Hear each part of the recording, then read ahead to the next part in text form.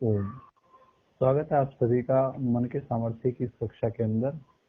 कक्षा का उद्देश्य है सफलता, स्वास्थ्य और समृद्धि, जिसका आधार है प्रेम, पुरुषार्थ और प्रार्थना। तो आज जो हमारी कक्षा है इसको हमने दो भागों में बांटा है। दोनों भागों में उदाहरण ही उदाहरण है।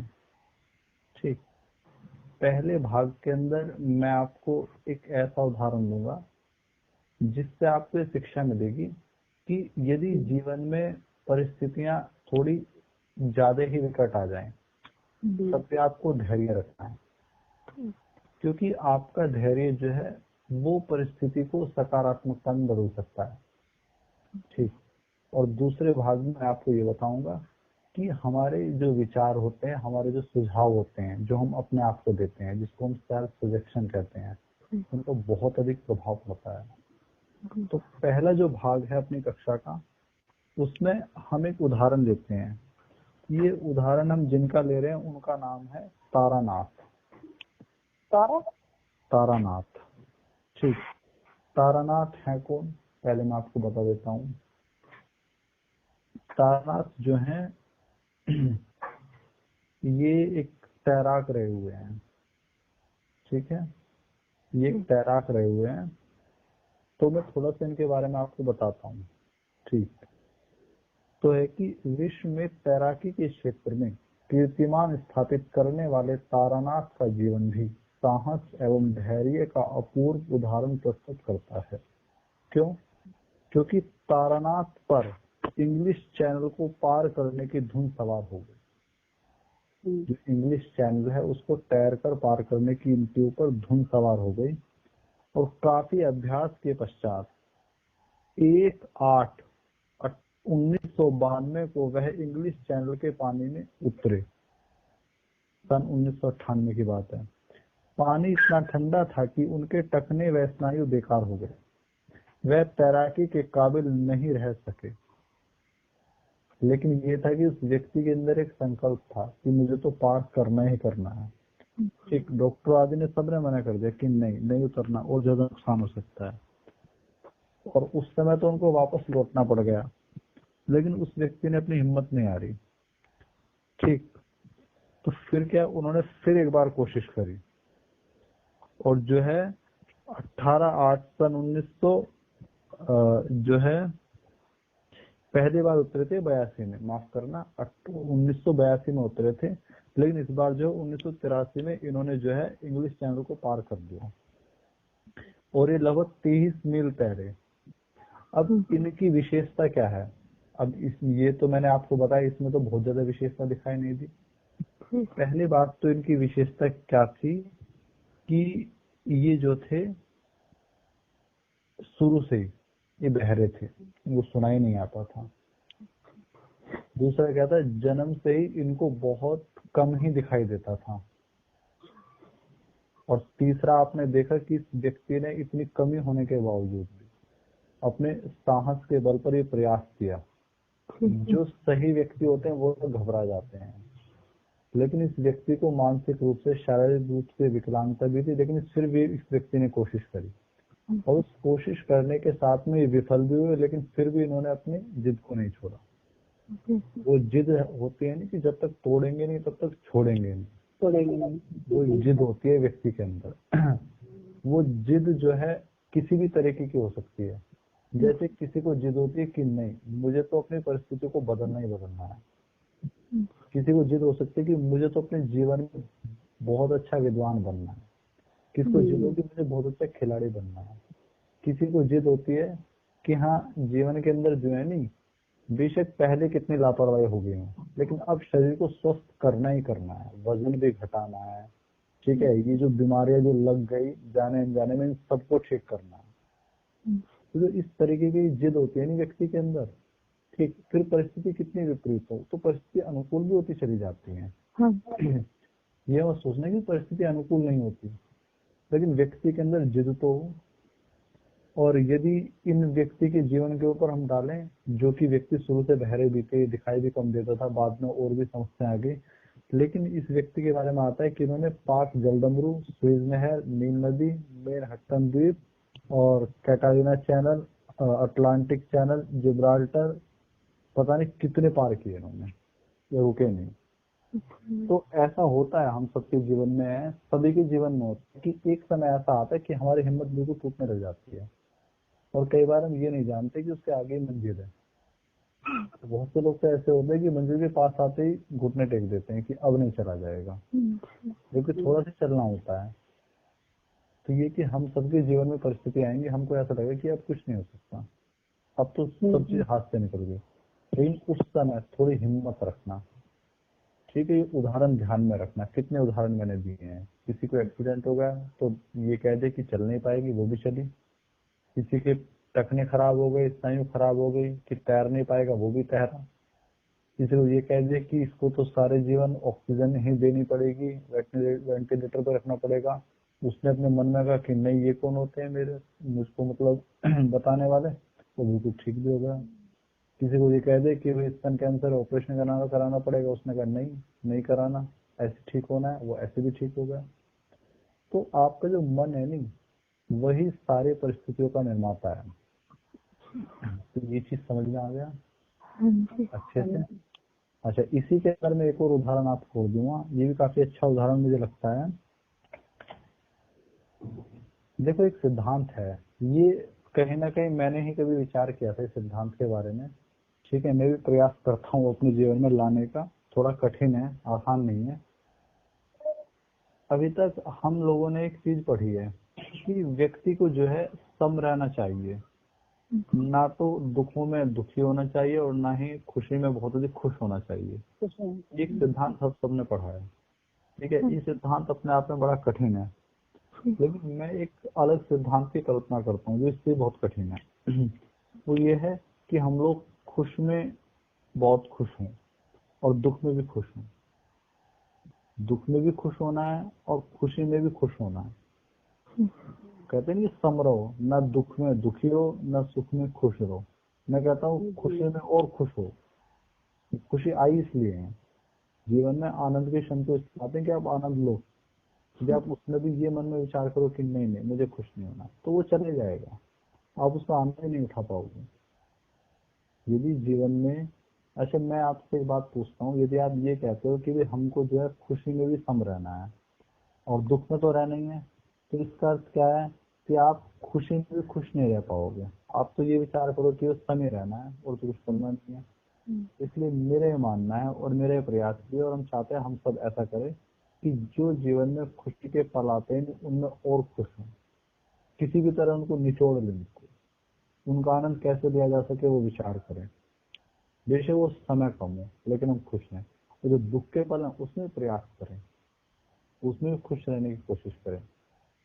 ठीक, तो और परमात्मा विश्वास करें। जब आपका विश्वास ईश्वर के ऊपर होता है नहीं, ठीक, फिर ये सारी चीजें संभव हो जाती हैं, ये कठिन नहीं होती। डॉक्टर राजेंद्र प्रसाद एक बात कहा करते थे, वो कहते थे कि हारिए ना हिम्मत, विसारिए ना राम, जाहे विधि राखे राम, ताहे विधि रहिए। जब हम ईश्वर के ऊपर विश्वास कर लेते हैं फिर परमात्मा जैसी स्थिति में रखता है, फिर दुख में दुख नहीं होता। ध्यान रखना, दुख में दुख नहीं होता फिर, और खुशी में तो। और मैं आपने कभी महसूस किया है इस चीज को कि हम कई बार विपरीत परिस्थिति में भी ईश्वर का धन्यवाद देते हैं, ईश्वर अच्छा है, बढ़िया है, इससे बुरा हो सकता था। ठीक है, तो यही ध्यान रखना। यदि आप इस सिद्धांत पे चलोगे नहीं तो आप जो दुख की बात है उनमें भी खुश रहोगे, जो खुशी की बात है वो तो खुश करने के लिए आती है। तो ये सिद्धांत जीवन में ध्यान रखना है कि हमको दुख में भी खुश रहना है और खुशी में भी और खुश रहना है। ठीक, तो मैंने पहला भाग अपने पाठ का पूरा किया, और पहले भाग में मैंने मात्र इतने आपको पढ़ाया है कि विकट परिस्थिति कितनी हो, बस हिम्मत नहीं हारनी। क्योंकि कहते हैं ना कि हारा वो व्यक्ति है जो खुद से हार जाए, दूसरे से व्यक्ति कभी नहीं हारता, व्यक्ति खुद से हारता है, और खुद से हमको हारना नहीं। तो ये चीज समझ में आ गया अच्छे से। अच्छा, मैं दूसरा भाग आपके सामने रखता हूँ। दूसरा भाग जो है, ये मैं जो पुस्तक है ना, पावर ऑफ सबकॉन्शियस माइंड, जो कि जोसेफ मर्फी जी ने लिखी है, उसमें से आपको मैं 2-3 उदाहरण देता हूँ। ये आत्म सजेशन के ऊपर कि भाई सेल्फ सजेशन क्या होता है, किस तरह हम अपने आप को सुझाव देते हैं और उसका क्या प्रभाव पड़ता है। तो जैसे कि देसवाल साहब ने भी एक उदाहरण दिया था, अपना ही व्यक्तिगत उदाहरण, बिल्कुल ऐसा ही एक उदाहरण है। ठीक, तो बहुत कुछ आपको सीखने को मिलेगा। और जो पहला मैंने जो आपको ये दृष्टांत दिया था, ये हमारे पास एक पुस्तक है साहसी व्यक्ति, उसमें कई सारे दृष्टांत दे रखे हैं। ठीक, ये बहुत पुराने आर्य समाजी पुस्तकें आती थी, उसमें से मैंने आपको दिया है। दूसरा उदाहरण में किसमें दे रहा हूँ, power of subconscious mind, written by doctor Joseph Murphy. तो डॉक्टर मर्फी लिखते हैं पुस्तक के अंदर, इसका शीर्षक है कि आत्म सुझाव ने डर को किस तरह भगाया। तो एक दृष्टांत लिखते हैं, वो लिखते हैं कि आत्म सुझाव का मतलब है खुद को किसी निश्चित और विशिष्ट बात का सुझाव देना, हर साधन की तरह। अच्छा, आप अपने आप को जब सुझाव देते हो तो सुझाव तो दोनों तरीके के हो सकते हैं, अच्छा भी हो सकता है, बुरा भी हो सकता है। आप जरा सी परिस्थिति बदली, आप ये भी कह सकते हो कि मेरी तो किस्मत ही खराब है, जो कि अधिकतर लोग कहते हैं, मेरी तो किस्मत ही खराब है। वो कहते हैं मेरे जीवन में सुख आ ही नहीं सकता, मेरा तो सारा जीवन ऐसे ही जाना है। कुछ ऐसे भी होंगे, कुछ के अधिकतर लोग ऐसे ही हैं, और कुछ लोग कहते हैं कि नहीं नहीं सब ठीक होगा, ईश्वर के ऊपर विश्वास है, सब बढ़िया होगा, कल जो था आज उससे बेहतर है, तो फिर जो आने वाला कल है वो आज से बेहतर होगा। इस तरीके के व्यक्ति हैं। तो इसमें डॉक्टर मर्फी यही बात बताते हैं, वो एक उदाहरण देते हैं एक महिला का जिसका नाम था जेनेट आर। वो लिखते हैं कि जेनेट आर एक प्रतिभावान युवा गायिका थी, उसे ओपेरा प्रोडक्शन में एक महत्वपूर्ण भूमिका के ऑडिशन के लिए जाना था।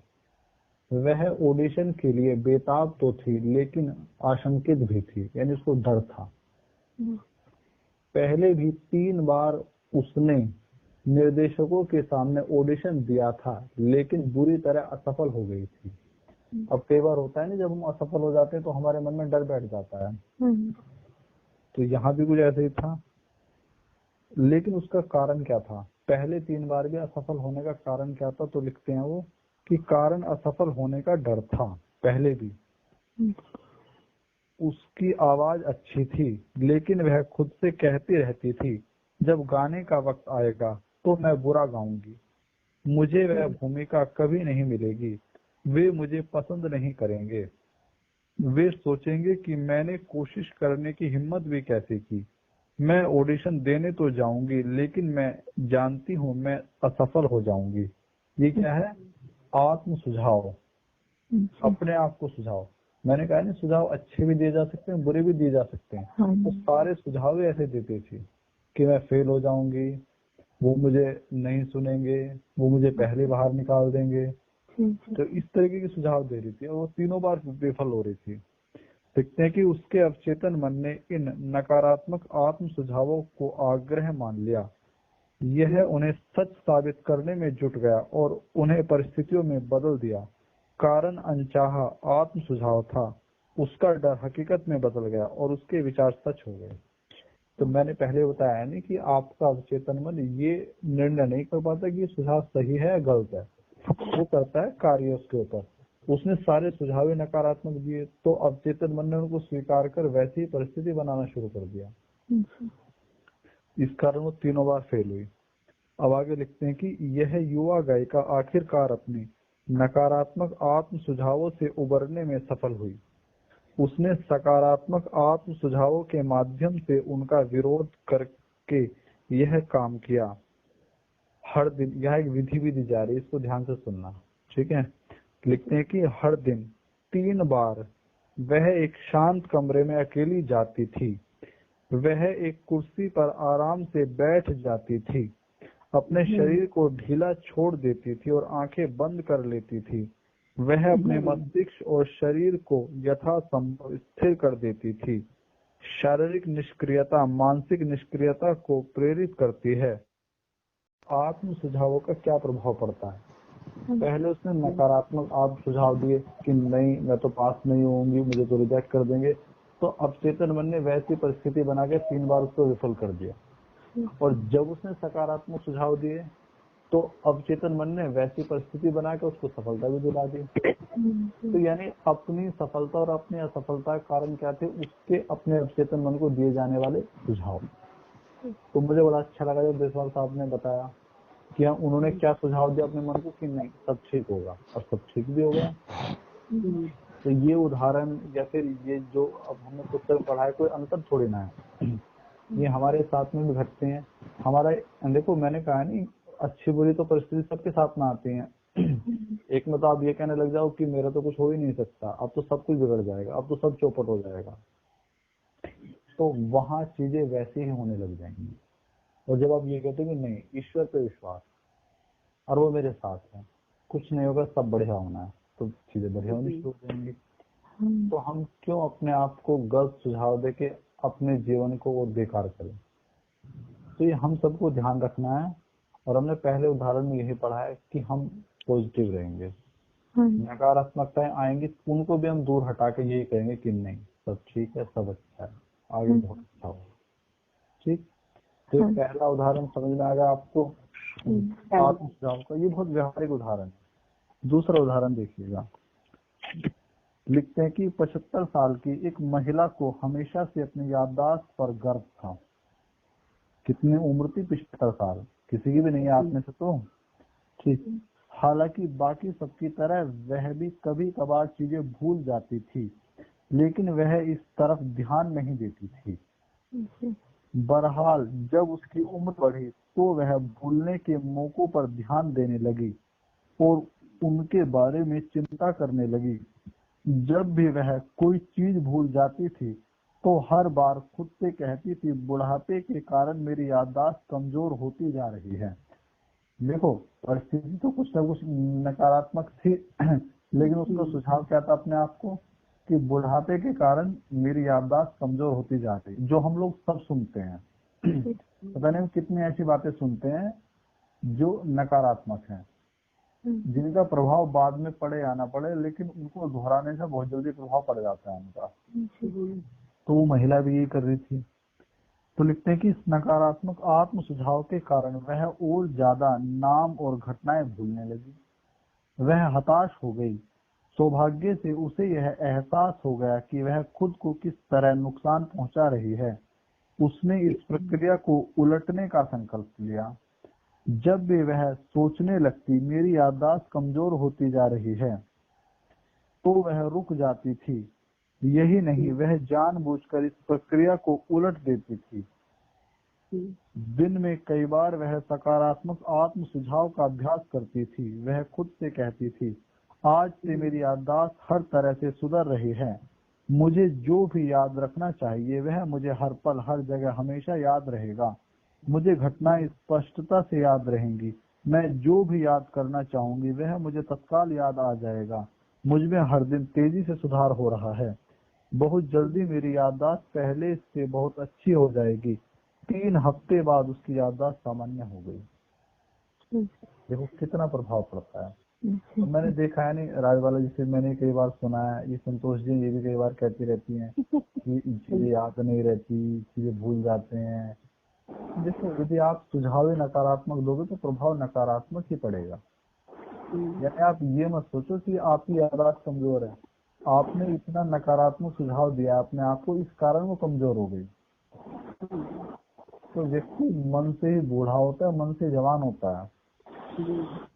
ये देखो सच्चाई है कि शरीर की अवधियाएं शरीर की सीमाएं हैं, लेकिन जो मन से बूढ़ा हो जाता है ना वो तो बच्चा भी बूढ़ा है। और जिसका मन मजबूत है वो जो है अपना जवान रहता है। मन में कुछ नहीं सोचना, खुश रहना है, मस्त रहना है। कोई रोग आपको है ही नहीं, आपने तो खामोखा पैदा किए, जबरदस्ती रोग पैदा किए, जबरदस्ती सोच के मुझे ये दिक्कत है, मुझे यहाँ दिक्कत है, ये इधर ऐसा हुआ है। देखो ऐसा सबके साथ में होता है कि कभी ना कभी तो परिस्थिति थोड़ी नकारात्मक होती ही होती है, लेकिन हम इतना भय अपने अंदर पैदा कर लेते हैं कि वो परिस्थिति फिर बार बार दोहराई जाती है।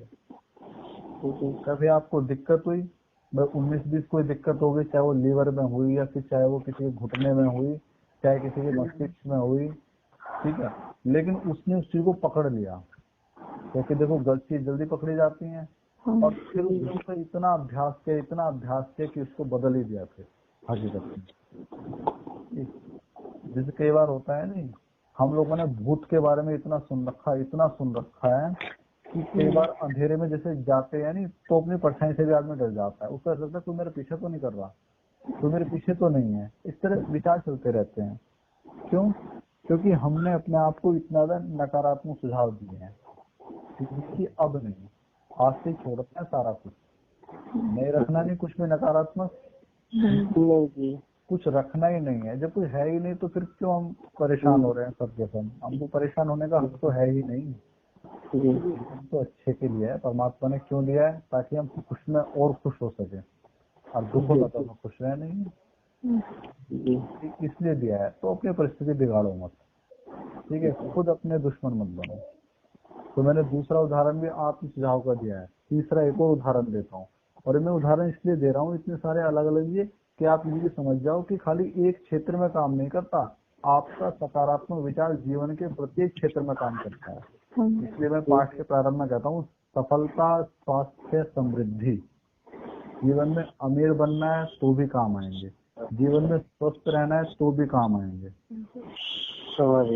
ठीक है? हर परिस्थिति में काम आएंगे आपके जो सुझाव हैं। तीसरा सुनिएगा, लिखते हैं कि एक व्यक्ति मेरे पास परामर्श लेने आया। ये सारी घटनाएं रियल हैं, कुछ फेक नहीं है इनमें भी घटना। उसका वैवाहिक जीवन और करियर दोनों ही गंभीर संकट में थे। ह्यूडी, उसका नाम था ह्यूडी। ह्यूडी की समस्या यह थी कि वह बहुत चिड़चिड़ा और गुस्सैल था। वह इसके बारे में खुद चिंतित था, लेकिन अगर कोई दूसरा इस बारे में उससे बात करने की कोशिश करता था तो वह आग बबूला हो जाता था। वह खुद से बार बार कहता था कि सब लोग उसे सता रहे थे और उसे उनसे अपनी रक्षा करनी चाहिए। देखो ये इसका आत्म सुझाव क्या है? इसका आत्मनिरीक्षण नहीं है, आत्म सुझाव क्या है कि सब लोग मेरे पीछे पड़े रहते हैं। होता नहीं से आपने सुना होगा कई बार, तो सब लोग मेरे पीछे पड़े रहते हैं, चाहे मैं घर में रहूं, चाहे मैं ऑफिस में रहूं, मैं कहीं रहूं, सब मेरे पीछे पड़े रहते हैं, पता नहीं मुझे सब खाएंगे क्या। ये तो हम सबने सुने हैं ऐसी ऐसी बातें। तो वैसे हमारा जो प्यारा ह्यूडी था वो भी ऐसी बातें करता था। ठीक है, आगे देखते हैं। लिखते हैं कि इस नकारात्मक आत्म सुझाव को दूर करने के लिए मैंने उसे सकारात्मक आत्म सुझाव का प्रयोग अब करने की सलाह दी। दिन में कई बार, सुबह, दोपहर और रात को सोने से पहले उसने खुद से बार बार यह कहना शुरू किया, आगे से मैं ज्यादा अच्छे स्वभाव का बनूंगा। अब मेरी सामान्य मनोदशा खुशी, सुख और खुश मिजाजी की हो रही है। हर दिन मैं अधिक प्रेम करने के काबिल और समझदार बन रहा हूँ। मैं अपने आसपास की सभी लोगों के लिए आनंद और सद्भावना का केंद्र रहूंगा तथा अपने अच्छे व्यवहार से उन्हें खुश कर दूंगा। यह सुखद खुशनुमा स्वभाव अब मेरी सामान्य सहज मानसिक स्थिति बन रही है। मैं एहसानमंद हूँ। एक महीने बाद उसकी पत्नी और सहकर्मी कहने लगे कि उसके साथ रहना बहुत अच्छा हो गया है। जैसे तीसरा, मैंने तीनों उदाहरण आपको क्यों दिए हैं? आप अलग अलग परिस्थिति में जान सको कि आत्म सुझाव जो है नी, परिस्थिति कुछ भी हो, हर परिस्थिति से आपको बाहर निकालने का सामर्थ्य रखता है आपका अस्तित्व में। बस आपको जो है इसको समझना है, और इसकी खुराक क्या है? आपकी सकारात्मकता। इसकी वास्तविक खुराक जो है, देने को तो आप नकारात्मक चीजें भी दे दो, वैसे आपकी सारी परिस्थिति पैदा कर देगा, लेकिन हमें तो खुश रहना है नहीं। तो खुश रहने के लिए हमको सकारात्मक रहना पड़ेगा, ठीक है? और इन उदाहरणों में जो है नी, वो बातें भी बताई हैं कि उन्होंने क्या क्या प्रयोग किए, तो उससे आपको एक विधि भी पता चली है। जब इसको सुनोगे नहीं तो ध्यान से सुनना। जैसे किसी ने जो है सोने से पहले, उठने के बाद प्रयोग किया, किसी ने दिन में आराम से बैठ गई और आंखें बंद कर ली, शरीर सहज कर लिया, फिर प्रयोग किया, किसी ने दिन में कई बार दोहराया, लेकिन अच्छी चीजें दोहरानी है, ठीक है? रिकॉर्डिंग बंद कर देंगे।